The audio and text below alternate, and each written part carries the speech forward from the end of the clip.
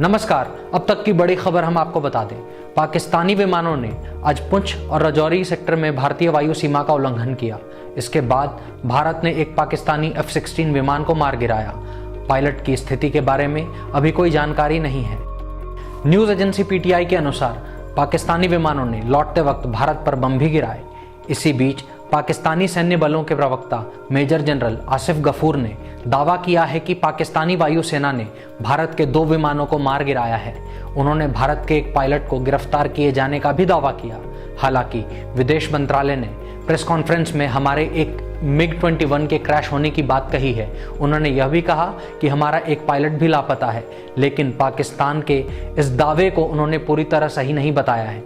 मौजूदा हालात को देखते हुए उत्तरी भारत के कई कमर्शियल उड़ानों की आवाजाही पर रोक लगा दी गई, लेकिन बाद में इस रोक को हटा भी दिया गया। अभी भी उत्तरी भारत के कई हवाई अड्डे अलर्ट पर हैं।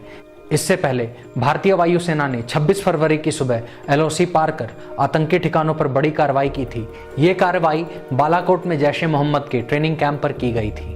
अन्य खबरों के लिए हमारे साथ बने रहिए। तब तक के लिए नमस्कार।